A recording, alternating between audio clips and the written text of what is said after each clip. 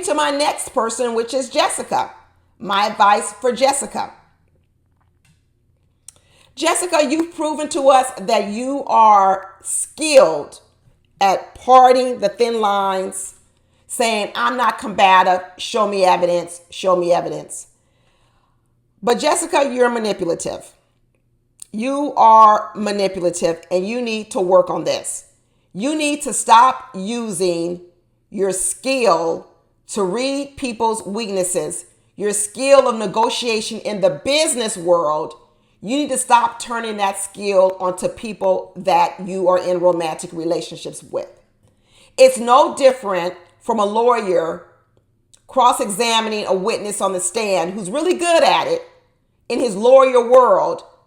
He can't come home and cross-examine his wife.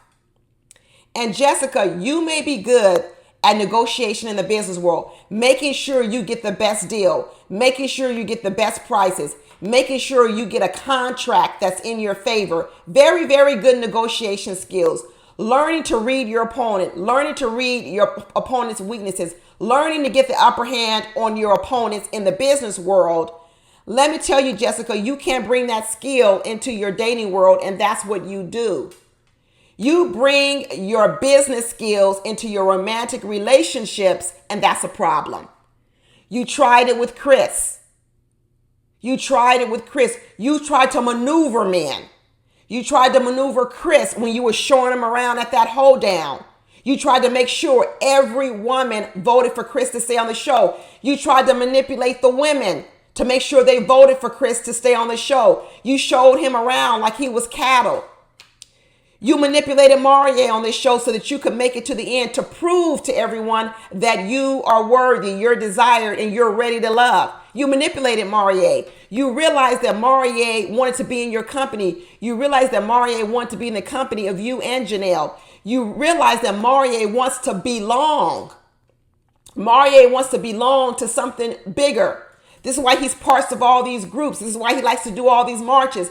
Maurier loves to be part of a cause. And Maurier signed up to be part of you and Janelle's cause.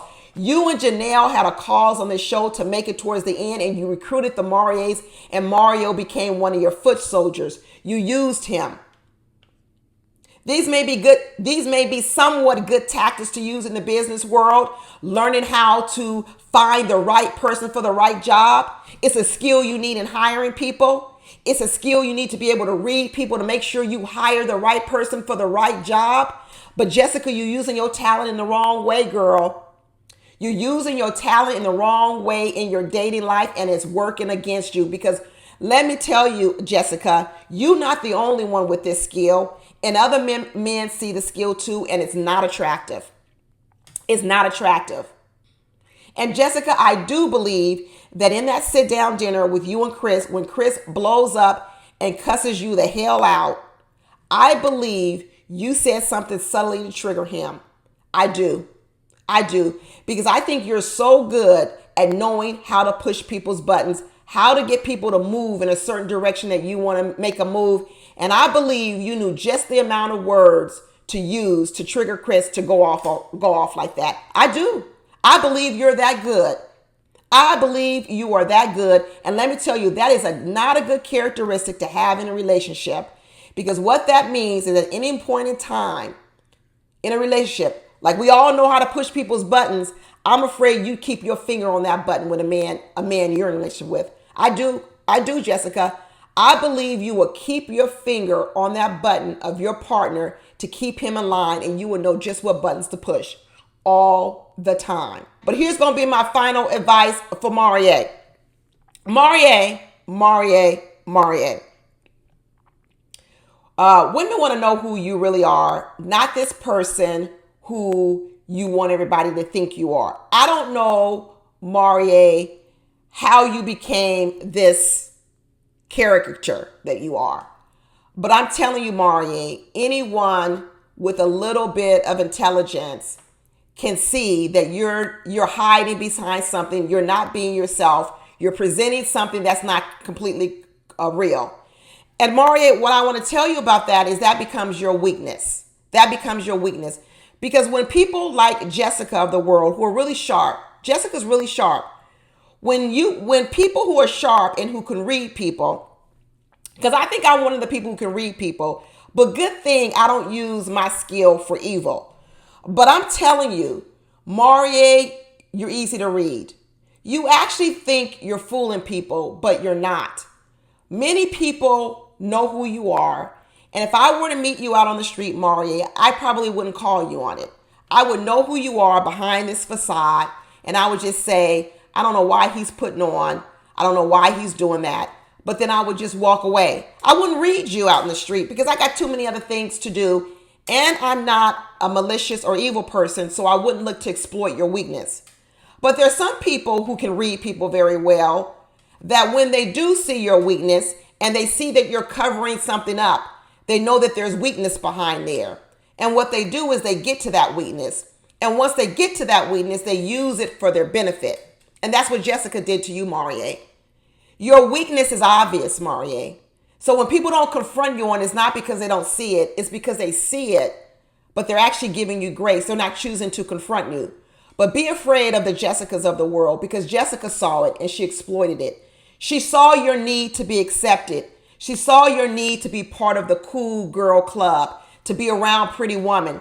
She saw all that need. She saw your need to hang around like the Janelles and the Jessicas and to have a real shot at a girl like Jessica. She saw your overwhelming need for it, and what she did was she used it to her advantage. She used it to her advantage. And there's a lot of other people out here like the Jessicas of the world, Maurier. So you better be careful. But first of all, you need to figure out why you feel the need to hide. Why do you feel the need? Because once you get in touch with that, and once you heal that spot, then people won't be able to look so far deep in you and see that weakness and exploit you from it. And then you can live a more authentic life. You can be happier. You can be who you are. I don't know, Maurier. That's going to be my last and final impression to you. And stop doing people's dirty work. Stop being used to do other people's dirty work that doesn't gain you anything. Because I'm telling you, out here protecting Janelle and Jessica, it didn't get you nothing. It didn't get you anything. It actually didn't make you look good. It didn't make you look good at all, not one bit. And you need to start making sure you pick your friends wisely, Maurier. Pick your friends wisely. I would imagine, Maurier, you get used a lot out here in the world. I would imagine you might get used by women. You might get used by men. Might get used by a lot of people because your weakness is obvious. You think it's not, but it's very, very obvious. Somebody else that needs a trained therapist is Janelle. I know Janelle thinks everybody's jealous of her because she's pretty. Janelle, girl, that's not it. That's not it. I know Janelle doesn't think that she's a mean girl. I know Janelle doesn't think she's any of these things that people have accused her of. And the only reason people are acting this way towards her is because she got all the men on the show. Janelle, let's leave the show behind. Let's look at your entire life. And I guarantee you, Janelle, you've got a lot of broken relationships in your life, period. I know it. There's no way that a person like Janelle can operate the way she does and not have a lot of broken relationships with family members, with maybe business partners, people she worked with, working relationships. When you deal with people the way that Janelle deals with people, there's going to be a lot of broken relationships. She has admitted she can't even make it past 6 months in a relationship. Janelle needs a therapist. Janelle needs to be honest about where it comes from. A lot of people speculate it comes from being adopted. I probably would agree with that. I probably agree a lot of it comes from there. Comes from not being accepted. You know, years ago, I dated a man who was adopted. And I learned a little bit about how the womb, how the bond between a mother and their child is developed in the womb. That even though you may be adopted and you may love your birth parents, the bond that is formed with the mother and the child in the room is unbreakable. You may sever it, but it's unbreakable. It's the reason why even adopted kids may have a loving home with their adopted parents They still yearn for, and they still ache for their birth mother. This man that I dated, I remember I made the fatal mistake when he told me that he was adopted. He didn't know who his birth mother was. I made a bad mistake, and what I said to him was, because I was trying to make him feel better, but I said the wrong thing, and I didn't know it at the time. I said, most of us don't have a chance to choose our parents. And I would think they would give you a lot of comfort in knowing that, man, your adopted parents chose you, that they really wanted you. They didn't just get you because that's what came out of the mother's room. They really chose you. And what he told me, he looked at me and he said it nicely to me. He says, that's not the way I see it. The way I see it as a kid that was given up by his mother is that if my own mother didn't want me, if my own mother gave me up, then how the heck could I expect you to want me and you not to leave me?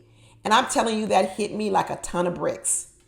It hit me like a ton of bricks, because what he said was, my first memory of my life is being left, because that's what his mother did. His mother left him on the doorstep of an orphanage, and he was cared for by nuns. And then he said, so that was my first rejection. That was the first time I was abandoned. He said, then I formed a bond with the nuns for about 6 months. And then guess what? I was taken from the nuns and given to my adopted parents. So I don't feel like I was just left. I don't feel so lucky that my adopted parents found me. What I feel is, I feel like I've been left by 2 different people already in my life. And I tell you, it made me look at things so completely different. And he educated me on a lot of things about, really, some people call it God, about what happens in the womb of a woman when she bonds with a child, that the bonding takes place in the womb. And we know that.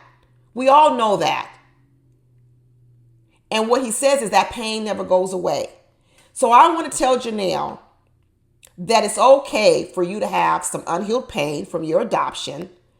But I think what you need help with is going back and understanding how deep it is, and also understanding how that might translate into your relationships here going forward. Because I do believe, like other people talked about, that Janelle has a thing for women. I do.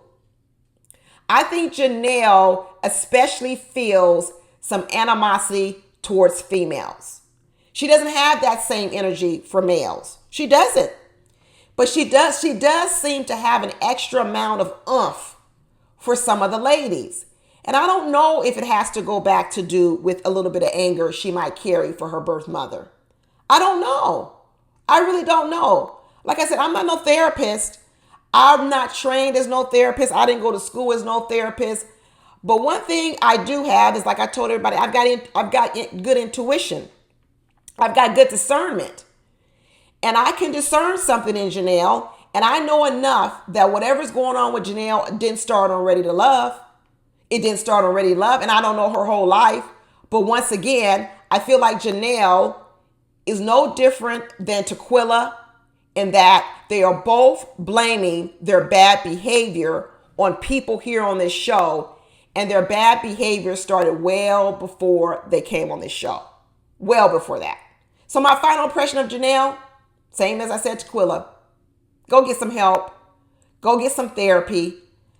Stop believing that the reason why you're having trouble in your relationships is all because of the other person. No, go deep. Take some ownership. Figure out what it is. Get better and improve in your own relationships. Quinton, my advice to you, stop lying to Janelle. Stop lying to Janelle. You're not ready to have no kids in 3 months. Absolutely not.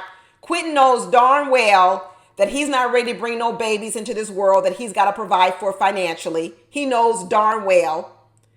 Janelle was easy, low-hanging fruit. She was easy. She was easy.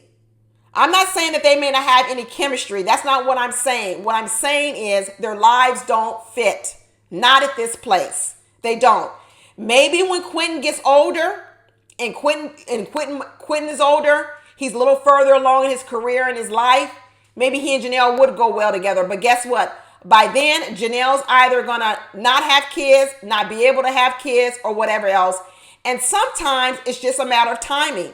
Sometimes the timing just don't work. And with Janelle and Quinton, the timing just don't work.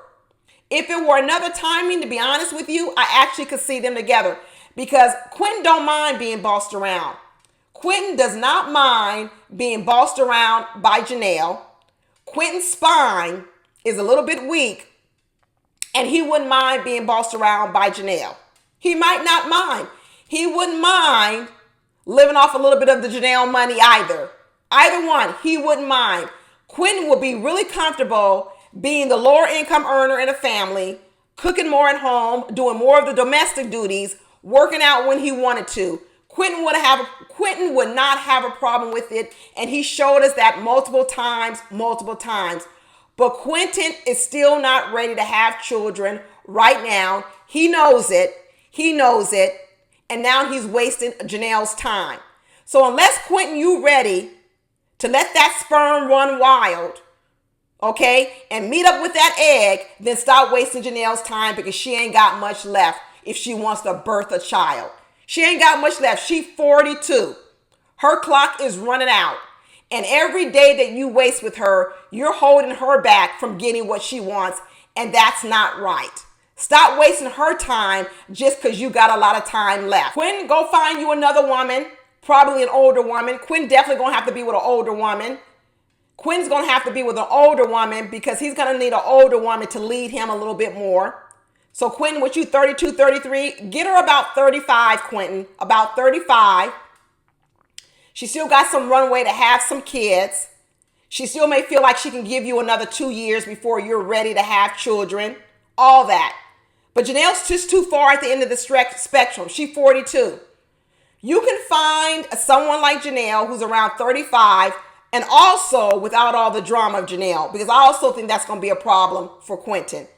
Quinton don't want to be playing referee for the rest of Janelle's life. Quinton don't want to have to be getting in the middle of Janelle and people she fighting for the rest of her life. First of all, because Quinton ain't no fighter. As big as he is, he ain't no fighter. Every time Janelle got into a fight with Tequila, when they was ready to throw up some hands, Quinton was nowhere to be found.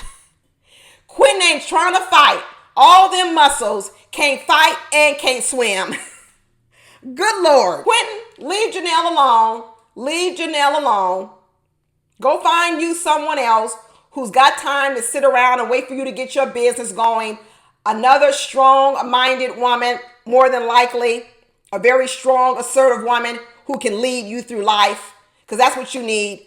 Quinton needs a woman that's going to lead him through life, and it's going to be a strong, a dominant force in his life for whatever reason. We never really learned much about Quinton.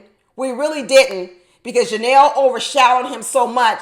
I don't even know who Quinton is. I really don't. But I know Quinton was more than happy being the puppy dog of Janelle, even though Quinton knew he was never going to give Janelle a baby. He knew it. He said he's competitive. I know he is. He's competitive from his football days. And he knew that he was never going to give Janelle this baby she wanted in 6 months or a year. But he wanted to make it towards the end and be deemed the winner. So guess what, Quinton? You won. You won. I don't know what you won. But if you want to be called a winner, you a winner. You made it towards the end. But now stop wasting Janelle's time, because Janelle really did fall for you, Quinton. She really did fall for you. And you knew that you couldn't give Janelle what she wanted, and you still let it happen just so you could be a winner. You look horrible, Quinton. You look horrible.